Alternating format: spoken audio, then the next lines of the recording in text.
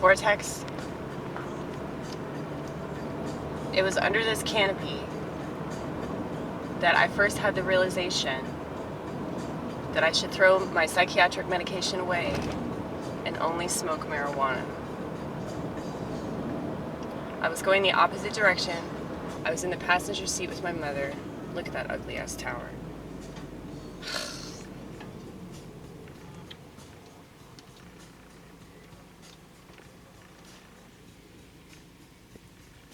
my goodness.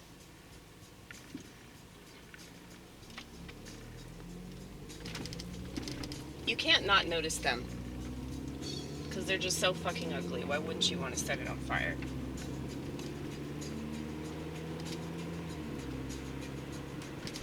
Well, it should do. You see that house right there?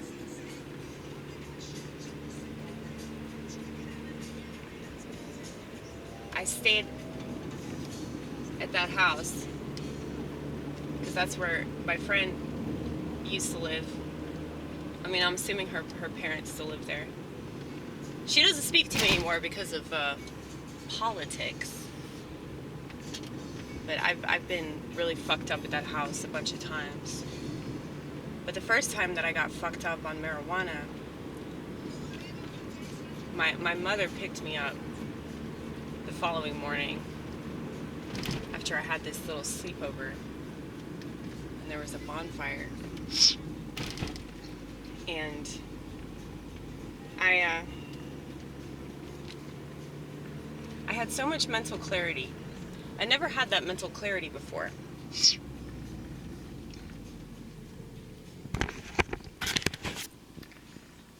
And that is why I made that decision. I believe I was 17.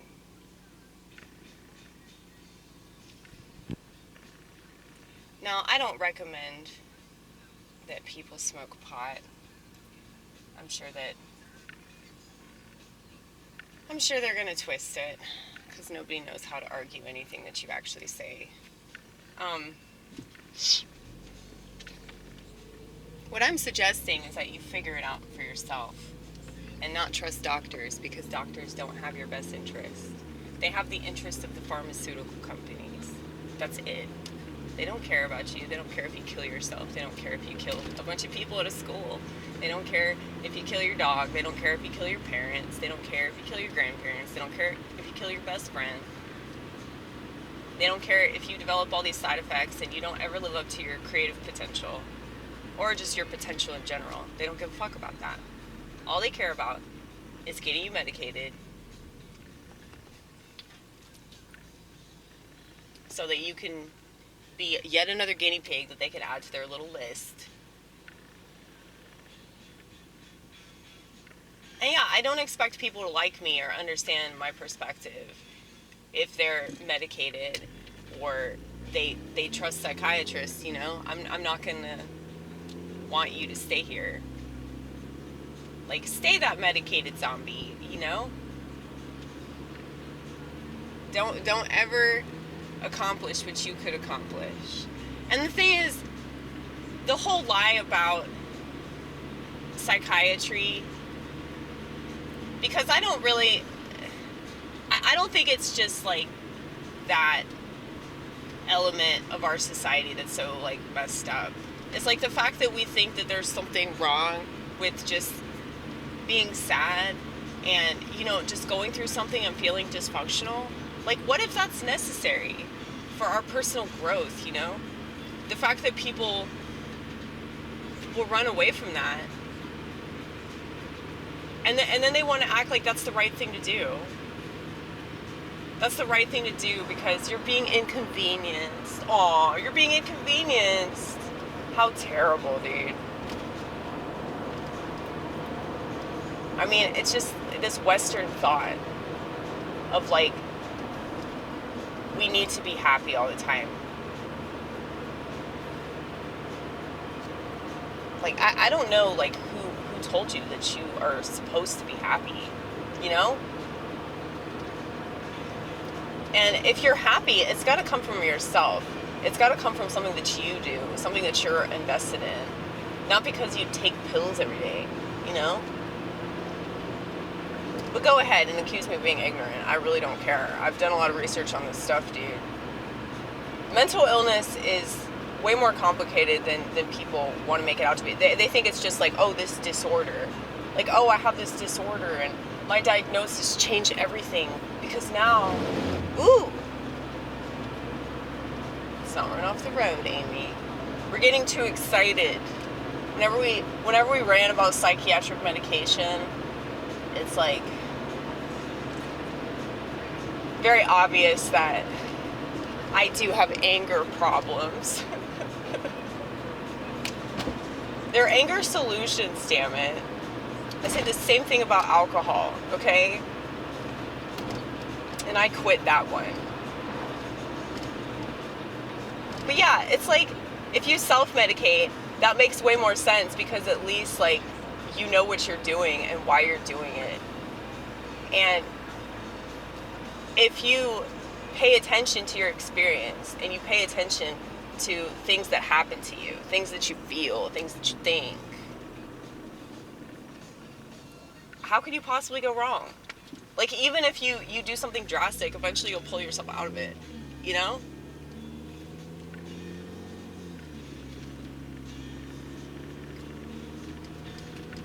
Now, once again, not suggesting that everybody gets on drugs.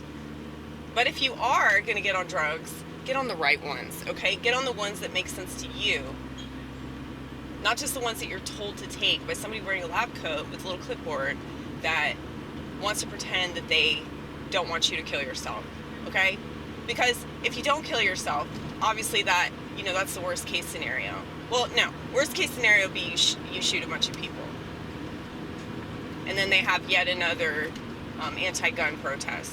Okay, that would be the worst case scenario. Second worst case scenario would be you kill yourself, okay? Third worst case scenario would be you just be an average American and not think, not be conscious, and then you're an internet troll or something like that, you know? You just waste away. And, you know, it just makes me sad that so many people choose to waste away. You have one life and you have fucked it up. You have one life and you have completely ruined it for yourself.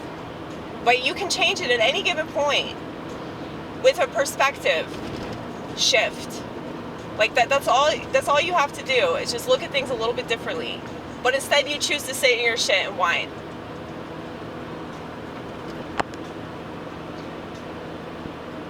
Anyway. It is a wonder why the suicide rate isn't higher. You know? I don't understand that. Because, you know, for a long time I was really suicidal because of all the stuff that I was experiencing, because I feel things on this magnanimous level. But I guess people that don't really feel anything, people that don't really give a shit about anything, it's like the only thing that they really feel is anger.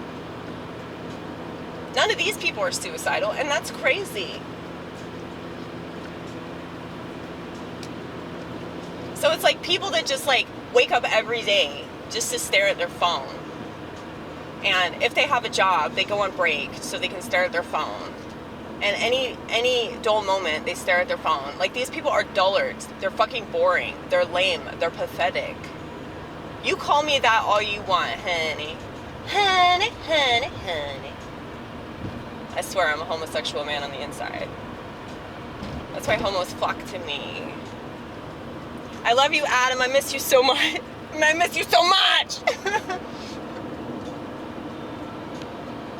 He's my favorite person on the internet, aside from Nick Fuentes. But Nick wouldn't like me saying that because Nick doesn't like it when women like him. I really don't care, honey. You can't control who likes you. Ooh, speaking of suicide, you see this awesome bridge?